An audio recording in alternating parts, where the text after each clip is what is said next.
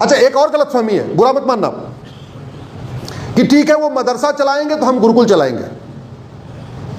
गुरुकुल का पढ़ा हुआ बच्चा मदरसे वालों से काउंटर कर ही नहीं सकता। निकाल दीजिए गलतफहमी। गुरुकुल में आप नफरत सिखा सकते हो क्या? गुरुकुल में आप तलवार चलाना सिखाओगे क्या?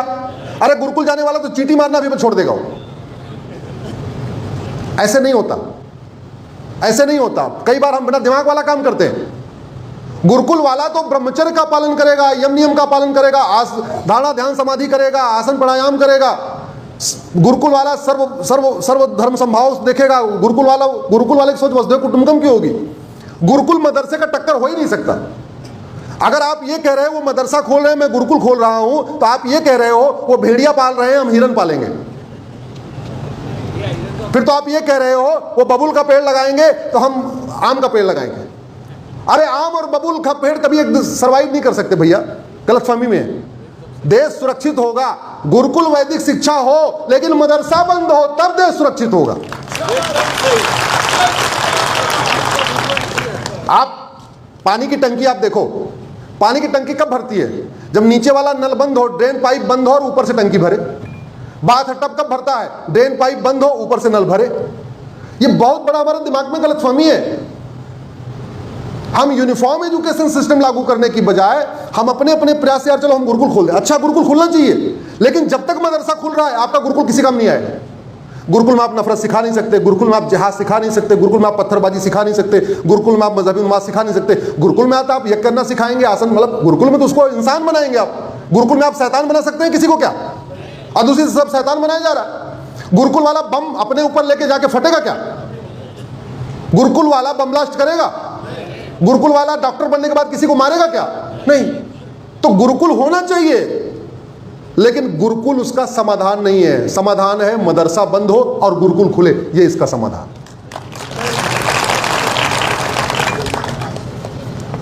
एक और भारत में जो समस्या चल रही है, भारत में बहुत बड़ी फंडिंग आ रही है, लगभग 50,000 करोड़ की फंडिंग आ रही है, विदेशों से फंडिंग आ रही है, और उसको करने के लिए एक FCRA कानून बनाया गया था। जब तक वो फंडिंग नहीं होगी देश सुरक्षित नहीं होगा। भारत में बहुत बड़े पैमाने पे मनी लॉन्ड्रिंग और ब्लैक मनी के जरिए जिहाद, मजहबी उन्माद की फंडिंग हो रही है। जब तक वो बंद नहीं होगा देश सुरक्षित नहीं होगा। भारत में बहुत बड़े पैमाने पे फंडिंग हो रही है ड्रग कारोबार के जरिए। जब तक वो नहीं होगा तब तक सुरक्षित नहीं होगा। तो सुरक्षित करना है तो हमें मल्टी स्टेप्स लेना पड़ेगा। समस्या ये ऐसी नहीं है, बुखार नहीं है 2 दवाई दे के काम चल जाएगा। ये कैंसर है, 4थे स्टेज का कैंसर है, तो कई सारे स्टेप्स लेने पड़ेंगे। हमारे पूर्वज एक बात कहते थे, न रहेगा बांस, वो पीछे वालों ने सुना नहीं सुना भाई? न रहेगा बांस। आज तक मुझे कोई सरकार इस सिद्धांत पे चलती हुई नजर नहीं आई।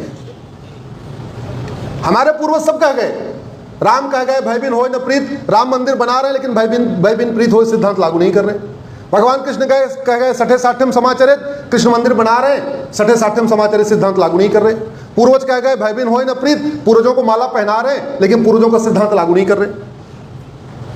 पूर्वज कह गए न लोहा लोहे को काटता है, वो सिद्धांत हमने लिया नहीं।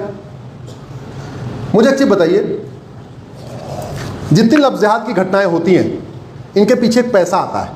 वो पैसा आता कैसे है? सीधे बैंक में आता है, कैश में आता है? जोर से बोलिए जरा। कैश में आता है, हवाला के जरिए आता है, कैश में आता है। मैं एक घटना आपको बताता हूं। मथुरा, सबसे ज्यादा गुरुकुल अगर किसी एक शहर में है तो वृंदावन में है, मथुरा वृंदावन में। सबसे ज्यादा कथावाचक अगर किसी एक शहर से निकलते हैं तो कहां से निकलते हैं? मथुरा वृंदावन से। सबसे ज्यादा किसी एक शहर में अगर मंदिर है तो कहां है? मथुरा वृंदावन में। भगवान कृष्ण की जन्मभूमि मथुरा है। वहां पे एक ऑटो चलाने वाले को टारगेट दिया गया, तुझे 50 हिंदू बेटियां ट्रैप करनी है, तू जितनी बेटियों को ट्रैप करेगा तुझे 2 लाख रुपए मिलेगा। ऑटो अगर चलाता साल भर में 2 लाख रुपए कमाता, लेकिन चूंकि उसको टारगेट मिला एक बेटी पे 2 लाख, उसने बढ़िया जीन्स में थोड़ा कपड़ा अच्छा ले लिया, 50,000 रुपए लगाया, बढ़िया चश्मा, बढ़िया बाइक, 50 मतलब 2 लाख रुपए लगाया, बढ़िया बाइक आ गई, चश्मा आ गया, जीन्स आ गया, टी शर्ट आ गया, और कॉलेज के आसपास चक्कर लगाना शुरू कर दिया। अब एक तरीका यह है कि सब लोग अपनी बेटियों को इतना समझा दो, इतना समझा दो, वो समझाना चाहिए भी, ऐसे ट्रैप में ना आए। लेकिन इसी से बात नहीं बनेगी, आपको कुछ और भी करना पड़ेगा। और जानते हैं, आपको जान के आश्चर्य होगा कि मथुरा, जहां सबसे ज्यादा कथावाचक, जहां सबसे ज्यादा मंदिर, जहां सबसे ज्यादा आचार्य, जहां सबसे ज्यादा भगवत कथावाचक, वहां पे वो ऑटो चलाने वाला 23 बहन बेटियों को ट्रैप कर गया और 46 लाख रुपए मिल गए उसको, 2 लाख रुपए पर हेड का। बाद में पुलिस ने उसको जब मारा पीटा, उल्टा टांगा, तो उसने बताया उसको 50 का टारगेट मिला हुआ था, यानी 1 करोड़ रुपए के इंतजाम उसने लफ्ज़ से कर लिया था। 46 लाख उसके पास पकड़े गए। तो लफ्ज़ जिहाद की फंडिंग, जोर से बोलिए, कैश में। अब मेरे पीछे पीछे जोर जोर से बोलिए, लफ्ज़ जिहाद की फंडिंग, लैंड जिहाद की फंडिंग, ड्रग कारोबार, ह्यूमन ट्रैफिकिंग, हथियार कारोबार, आतंकवादियों की फंडिंग, अलगाववादियों की फंडिंग, माओवादियों की फंडिंग, नक्सलियों की फंडिंग, घुसपैठियों की फंडिंग, धर्मांतरण की फंडिंग, रोहिंग्या की फंडिंग, बांग्लादेशियों की फंडिंग, RDX खरीदना, आतंकवादियों की फंडिंग, देसी कट्टा, हवलदार, थानेदार, लेखपाल, पटवारी, कानून गो, कप्तान साहब, कलेक्टर साहब, फर्जी आधार, आवाज फिर धीरे पड़ गई, पीछे की नहीं आ रही है, फर्जी राशन कार्ड, फर्जी सर्टिफिकेट, फर्जी बर्थ सर्टिफिकेट, फर्जी वोटर ID, थाने की दलाली, तहसील की दलाली, RTO ऑफिस की दलाली, फर्जी वसीयत, फर्जी विरासत, घूसखोरी, कमीशनखोरी, जमाखोरी, मिलावटखोरी, कालाबाजारी, PFI की फंडिंग, जमीयत की फंडिंग, तबलीगी जमात, मजार, दरगाह, पक्का कब्रिस्तान, पार्षद जी, प्रधान जी, विधायक जी, सांसद जी, मंत्री जी, संतरी जी, सड़क की दलाली, पुल की दलाली, सारे अवैध काम किस में होते हैं? जोर से बोलिए जरा, कैश में। और पूर्वज क्या कह गए थे? न रहेगा बांस, कैश खत्म कर दो, ये सारे अपराध खत्म। और कैश खत्म का करना क्या है? 1975 तक, जब तक भारत में 100 रुपए की करेंसी थी, तब तक ये सारे अपराध कम थे। अपराध तो तब बढ़े हैं जब करेंसी की साइज बढ़ी है। और ये पूरी दुनिया का नियम देख लीजिए, जिन देशों की करेंसी जितनी छोटी है वो देश उतने सुरक्षित है। जिन देशों की करेंसी की साइज जितनी छोटी है वहां उतना कम काला धन है, उतना कम हवाला है, वहां उतना कम भ्रष्टाचार, वहां उतना कम आतंकवाद है। करेंसी की साइज का सीधा सीधा संबंध कालाधन हवाला भ्रष्टाचार से है, और कालाधन हवाला भ्रष्टाचार का सीधा संबंध आतंकवाद, अलगाववाद, जिहाद, मजहबी उन्माद से है। देश को सुरक्षित बनाना है तो सबसे पहले आपको 100 रुपए से बड़ी नोट बंद करना पड़ेगा, तब देश सुरक्षित होगा।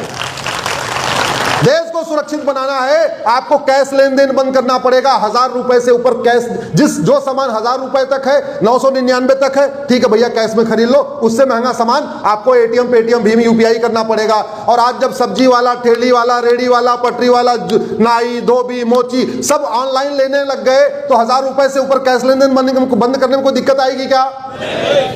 150 करोड़ जनता है, 130 करोड़ आधार बन चुके हैं। हर परिवार के पास 3-3, 4-4 आधार हैं। अगर हम आधार को लिंक कर दें कि 10,000 रुपए से महंगा सामान खरीदोगे, सीधे आपके आधार में एंट्री होता चला जाएगा। जब जब आप 9,999 से ऊपर सामान खरीदोगे, आपके आधार में एंट्री होता चला जाएगा।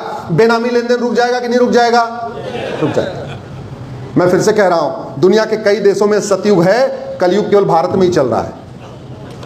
दुनिया के कई देशों में राम राज्य है, यह कलयुग भारत में ही चल रहा है।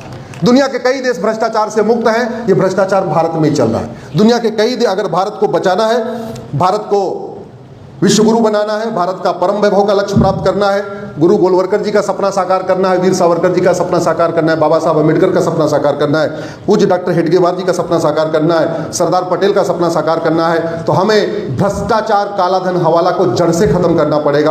और जब तक इसको नहीं खत्म करेंगे, सब बाकी बेकार। कड़वी बात बता रहा हूं, लेकिन सच बता रहा हूं, अपने अनुभव के आधार पर बता रहा हूं, इतिहास के आधार बना रहा हूं। ये जितना जल्दी हो जाएगा देश उतना सुरक्षित हो जाएगा, जितना देर होगा उतना देश से सुरक्षित होगा। मैं आज के जब 10 साल पहले कहता था कि वक्फ बोर्ड, वक्फ कानून इतना घटिया है, कोई मानता नहीं था, अब सब मानने लग गए। 10 साल पहले मैंने कहा था, 2017 में कहा था 5 करोड़ घुसपैठिए आ चुके हैं, कोई मान नहीं रहा था, अब मानने लग गए। मैंने 1 साल पहले PIL फाइल किया, भारत में 5 करोड़ फर्जी वोटर हैं, लोग चौंक गए थे। बिहार में SIR हुआ जब मेरी PIL के बाद, 68 लाख फर्जी वोटर एक ही राज्य में पैदा हुए, फिर सबको लग गया। और आप कल्पना भी कर लीजिए अगर बिहार में SIR नहीं होता तो आज इलेक्शन का रिजल्ट क्या होता।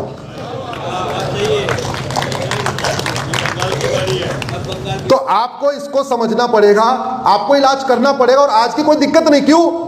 ये सरकारी आंकड़े हैं कि भारत में 80% लोग पर डे 100 रुपए से कम खर्च करते हैं, मात्र 20% लोग पर डे 100 रुपए से ज्यादा खर्च करते हैं। और जो 20% 100 रुपए से ज्यादा खर्च करते हैं उनके पास ATM, Paytm, Bhim, UPI, debit card, credit card है, तो 100 रुपए से बड़े नोट की जरूरत नहीं। आज की डेट में रेडी पटरी वाला भी ऑनलाइन लेने लग गया है, तो फिर महंगे सामान के कैश लेने की जरूरत नहीं है। देश को सुरक्षित बनाना है, अब तय आपको करना है कि अपना कारोबार जारी रखना है या अपने पीढ़ियों को बचाना है। अपने पीढ़ियों को बचाना है तो याद रखिएगा आपको थोड़ा अपना कितनी कुर्बानी देनी पड़ेगी। हो सकता है आपका कुछ कारोबार ऐसा चल रहा हो जो कैश आधारित हो सकता है आपका कारोबार कुछ ऐसा चल रहा हो जहां हवाला के जरिए चल रहा हो, तो अब तय आप कर लो कि होगा क्या। एक बात ध्यान रखना, आप झुग्गी बस्तियों में चोरी नहीं होती, झुग्गी बस्तियों में कोई मकान कब्जा नहीं करता। मकान कब्जा कहाँ किया जाता है? बड़ी बड़ी कोठियों पे। एक बात याद रखना, मुगल भारत ही क्यों आए, कहीं और क्यों नहीं गए? क्योंकि भारत सोने की चिड़िया था। कड़वी सच्चाई है। चोरी डकैती कहाँ होती है? जहाँ कोठियाँ होती हैं। झुग्गी बस्ती में होती है क्या? नहीं होती। ये आपकी बड़ी बड़ी कोठियाँ, आपके बड़े बड़े फार्म हाउस, आपके पेंटा हाउस, आपके 3 BHK के जो आपने बना रखा है, ये 25 साल के बाद आपके होंगे कि नहीं होंगे, ये कल्पना आप खुद कर लेना। इसलिए मैं तो कह रहा हूं अगर देश को बचाना है तो सबसे पहले करप्शन खत्म करने की बात करिए। और करप्शन खत्म करने के लिए ज़रूरी है कि ये 100 रुपये से बड़ी नोट बंद हो, 1000 रुपये से ऊपर कैश लेन देन बंद हो, प्रॉपर्टी को आधार से लिंक किया जाए।